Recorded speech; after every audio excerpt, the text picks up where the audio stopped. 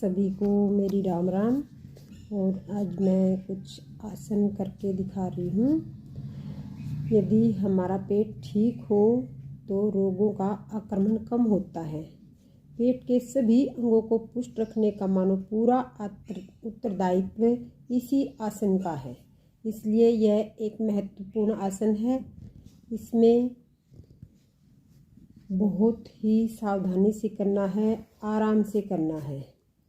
और इसको जैसे इसमें विशेष बात ध्यान देने योग्य यह है कि शरीर का खिंचाव किसी भी स्तर पर कम न हो, घुटने मुड़े नहीं, पंजे आगे की ओर तने रहें।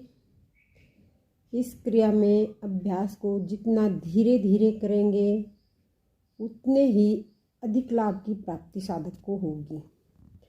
संपूर्ण क्रिया में एड़ियाँ थोड़ी ऊपर ही उठी रहेंगी, जो अंत में धरती पर कोमलता से रखी जाएंगी। जो नए हैं उनको बिल्कुल धीरे धीरे इसका अभ्यास करना है, आगे बढ़ाते रहना फिर।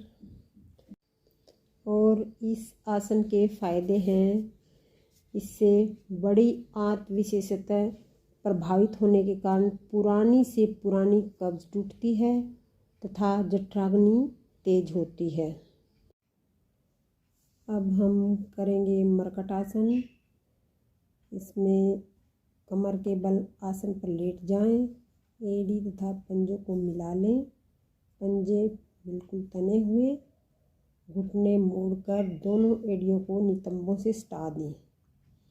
दोनों हाथ कंधों की सीध में दाएं बाएं फैलाकर तान दें, हथेलियां आसमान की ओर हों। श्वास भरते हुए घुटनों को दाईं ओर तथा बाईं कान को पृथ्वी पर लगाएं। श्वास छोड़ते हुए वापस आएं, फिर श्वास भरते हुए घुटनों को बाईं ओर तथा दाईं कान को पृथ्वी से लगाएं। श्वास बाहर निकालते हुए वापस आएं। निश्चित आवृत्तियों के पश्चात वापस आने पर शरीर ढीला छोड़कर विश्राम करें।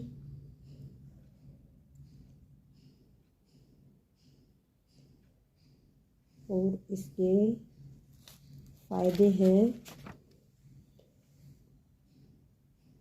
रीढ़ का ऊपरी व निचला भाग विपरीत दिशा में मोड़ने से लचक आती है। पसलियाँ व फेफड़े पुष्ट होते हैं। श्वास तथा मधुमेह के रोग दूर होते हैं।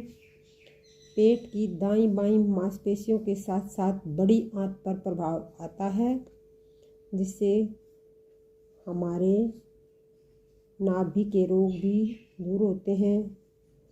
और दोनों एड़ियों को नितंबों के साथ लगाने से जंघा और घुटनों की मांसपेशियां दृढ़ तथा लचीली बनती हैं।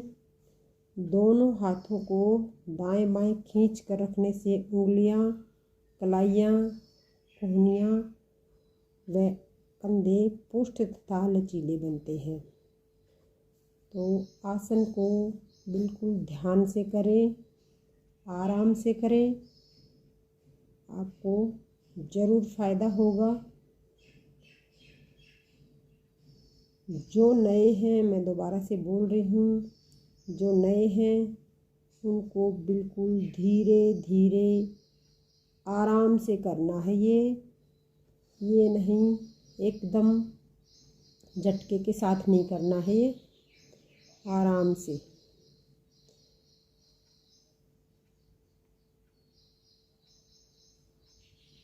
ये मरकट आसन की अलग अलग क्रियाएं हैं, इनको ध्यान से देखें और ध्यानपूर्वक ही करें।